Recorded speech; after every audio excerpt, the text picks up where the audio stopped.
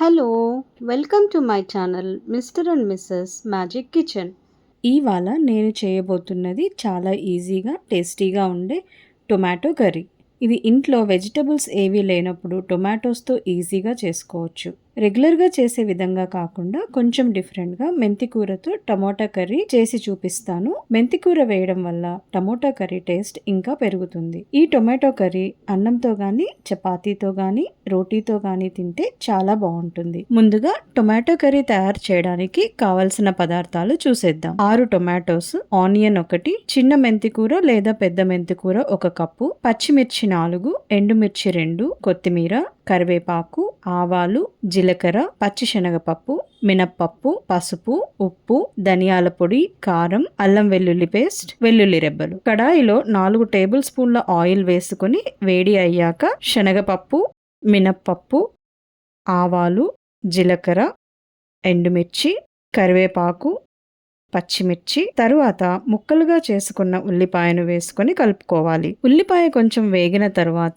మెంతికూరను వేసుకొని కలుపుకోవాలి. మెంతులు వేయడం కన్నా మెంతికూర వేయడం వలన మన టొమాటో కర్రీ టేస్ట్ అనేది ఇంకా బాగుంటుంది. మీరు చిన్న మెంతికూరను తీసుకుంటే అది బాగా కడగాలి, లేదంటే ఇసుక వచ్చేస్తుంది. ఇలా మెంతికూర పచ్చివాసన పోయేంత వరకు కలుపుకోవాలి. తరువాత చిన్నగా కట్ చేసుకున్న టొమాటో ముక్కల్ని వేసుకొని కలుపుకోవాలి. 2-3 నిమిషంల వరకు ఇలానే ఉంచాలి.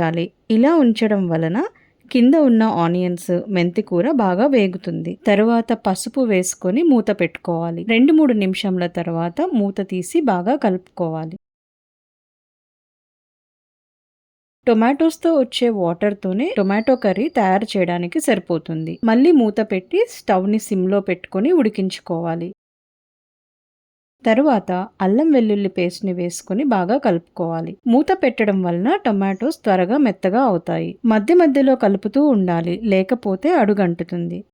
తరువాత రుచికి సరిపడా ఉప్పు వేసుకొని కలుపుకోవాలి. కర్రీలో ఉన్న వాటర్ అంతా కూడా అయిపోయే వరకు ఉడికించుకోవాలి. టొమాటో ముక్కలు ఇలా మెత్తగా అయిన తర్వాత 1 టేబుల్ స్పూన్ కారం, 1/2 టేబుల్ స్పూన్ ధనియా పొడి వేసుకొని కలుపుకోవాలి. ఆల్రెడీ పచ్చిమిర్చి, ఎండుమిర్చి వేసాం కాబట్టి కర్రీ స్పైసీగా కావాలి అనుకుంటే కొంచెం కారం ఎక్కువ వేసుకోండి. ప్రతిసారి మూత పెట్టి మగ్గించుకోవాలి, లేదంటే టొమాటో సరిగా ఉడకదు. తర్వాత వెల్లుల్లి, ధనియా పొడి, కొత్తిమీర మెత్తగా దంచి వేసుకుని బాగా కలపాలి. టొమాటో కర్రీ ఈ కన్సిస్టెన్సీలో వచ్చాక ఇలా స్మాష్ చేసుకుని కొత్తిమీర వేసుకోవాలి. అంతే, మెంతికూర టమోటా కర్రీ రెడీ అయిపోయింది.